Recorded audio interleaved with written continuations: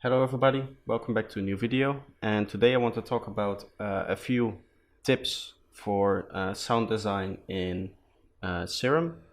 Even though Serum is a little bit outdated nowadays and many people tend to go to plugins like Faceplant and other things, I think there are still a few obscure tips which are really useful in Serum, and I'm going to show them to you today.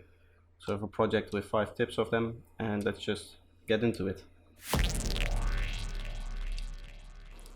Okay, so as you can see, we have 5 things here, 5 tracks. Some of them have a few groups to kind of show you the difference between the things.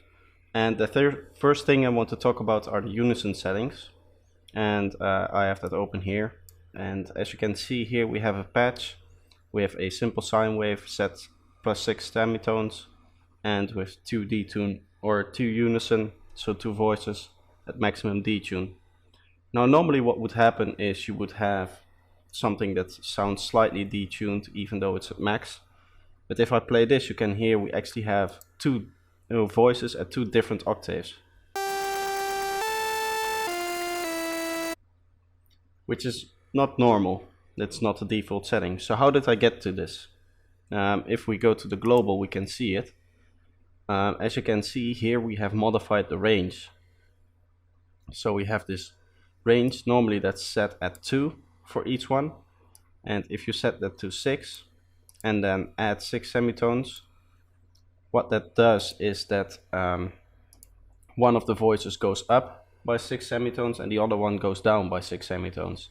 So you're basically playing the standard one or the standard key you're pressing and an octave up on a different voice. A different thing you can do, for example, is like this, where we have 3 voices with maximum detune and 12 with. This means that we have 3 octaves. Now you can hear that it's really stereo sounding, and that's because of the width. And that is the second parameter here, which you can turn down all the way. So now we have 3 octaves of saw waves coming from just one oscillator, which is really useful. Sometimes in sound design you want a nice full sound, and you can achieve that using this trick. Another thing you can go into is if I turn this up all the way and turn the detune down, you can see we have a linear detune. So between each voice you can see there's the same amount of distance. And if you want that to be different, let's say you want something else, you can go, for example, to exponential. And as you can see now, it's the closer the voices are to the center, the more they're kind of pushed towards the middle. And there's other ways to do that. You have, for example, inverted, which push them more outwards, so you get a more detuned sound like this, as opposed to, because we have the big range, it's really hard to hear. Let's turn this down a bit so you can hear that better, as opposed to this. So that's slightly more detuned, and there are different ways here. Now we also have this really cool thing here, which is stack, which allows you to just basically do the same thing we had done here. For example, it allows you to add 3 extra octaves to it. So you get a huge saw out of the whole thing, and you can even add 7th.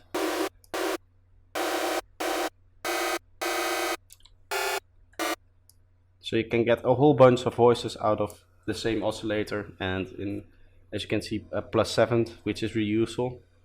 Finally, we have these warp and wavetable positions. You can turn this up to or down to kind of spread out the wavetable or the warp feature over different voices. So each voice will have a little bit of a different wavetable position or warp position. And that's a really useful tip sometimes in sound designing if you want slightly different sounds coming out of each voice. So yeah, so this panel is really overlooked and you can do a lot of stuff with that. So that's the first tip. The second one is an easy way to get ARPs.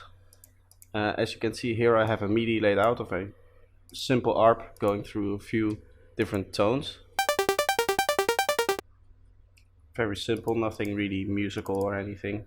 Didn't really put too much time in. I just want to show you how you can achieve the same effect with just an LFO here.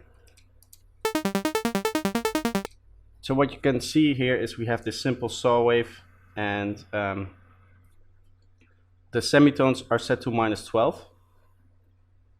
And then here we have the actual LFO that's doing the ARP. As you can see, this is set to 16 here, and that what that allows you to do is it allows you to make a 1/16 note for each bar. You can set the note so you would have a 1/16 part here, and which is exactly a bar long.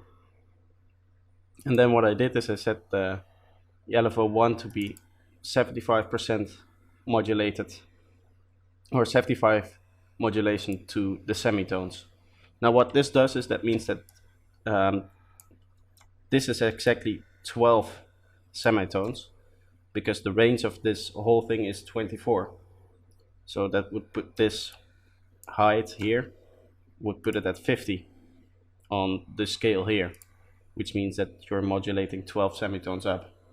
And this way, everything down here is one semitone in difference, which is a really useful trick if you want to write melodies. You can just go up to here, this is your octave, and then anything below that will be your semitones in between those octaves. So you can write really easy ARPs with that, and that's a cool way to have ARPs, and you can like play around with the different MIDI notes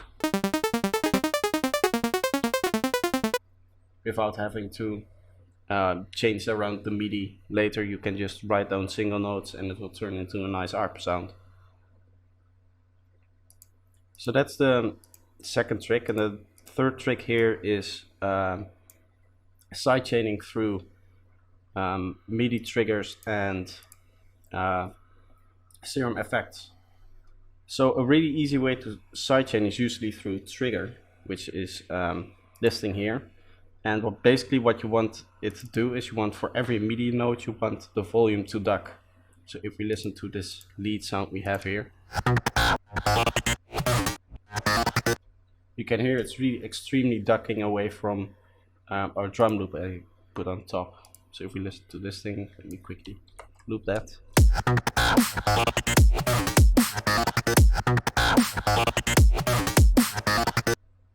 You can really hear how it's ducking away. Now what I've done here is I set up this sidechain trigger channel, which is an empty MIDI track. And as you can see, the output is going into lead, which is this track here, and then to Serum effects, which we can open here. And then what we have done here is we have done nothing here because it's Serum effects, and we've gone into the X shaper. We've gone into the distortion, and we've selected cross shaper, which is the one down below here. Make sure you're not using asymmetrical here.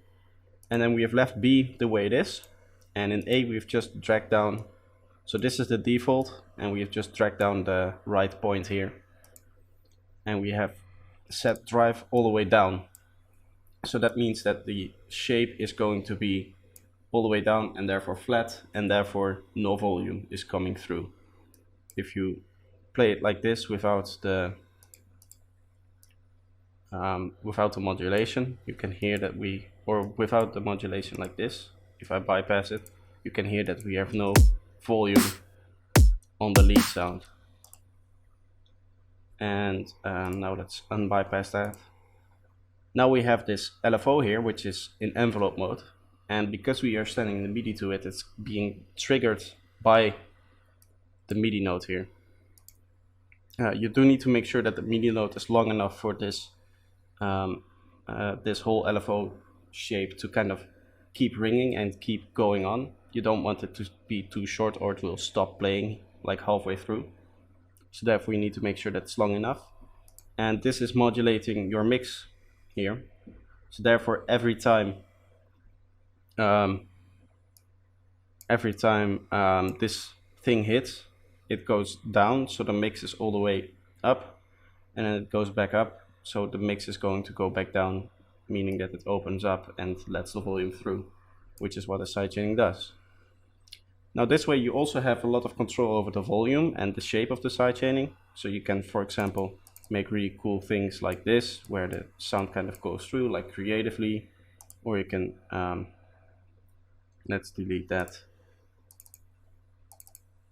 You can have normal sidechaining, can be really precise, like if you know how long your kick is, you can really put it exactly where the kick stops and dial in the exact shape you want to. And you can also turn this knob up to kind of change how effective the sidechaining is. So at 50% it would be leaving through a little bit.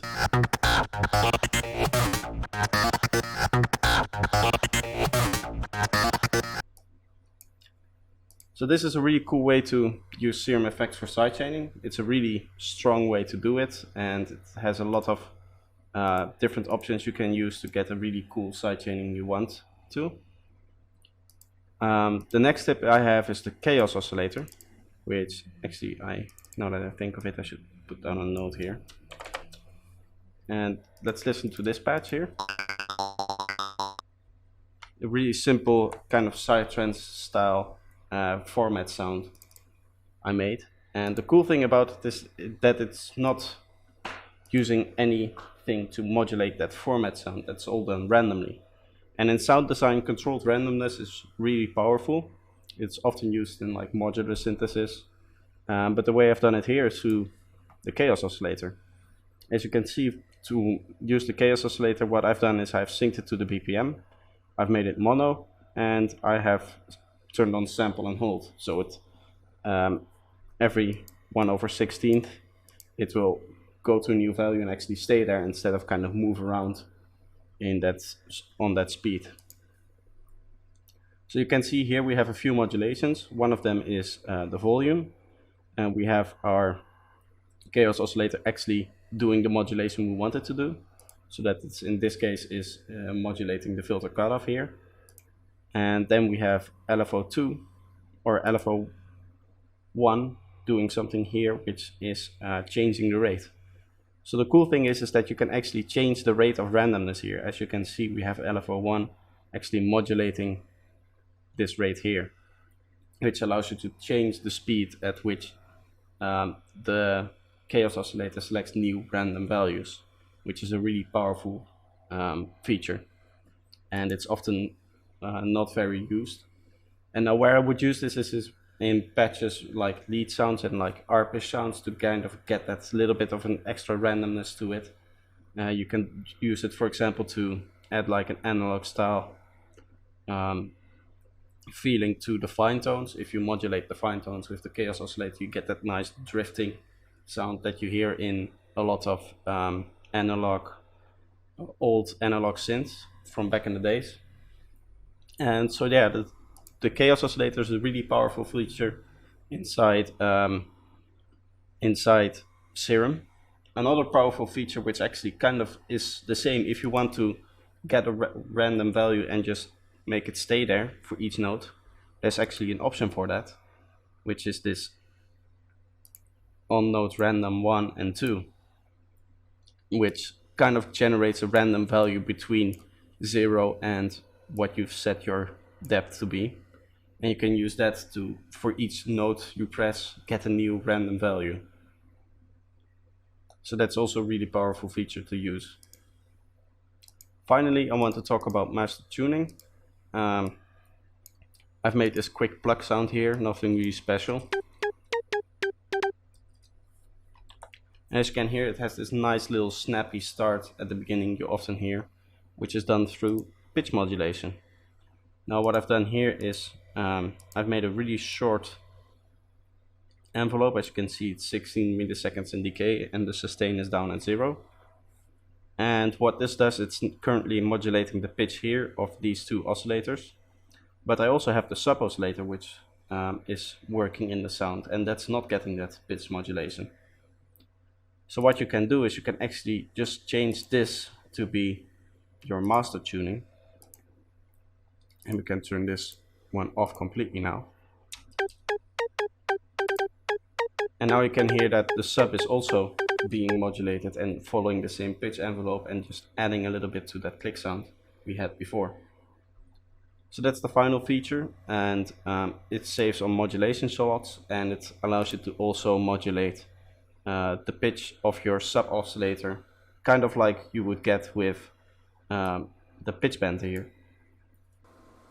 So that's it for this video. If you enjoyed it, feel free to subscribe. I make a lot of tutorials on many topics, especially psytrance production, if you're interested.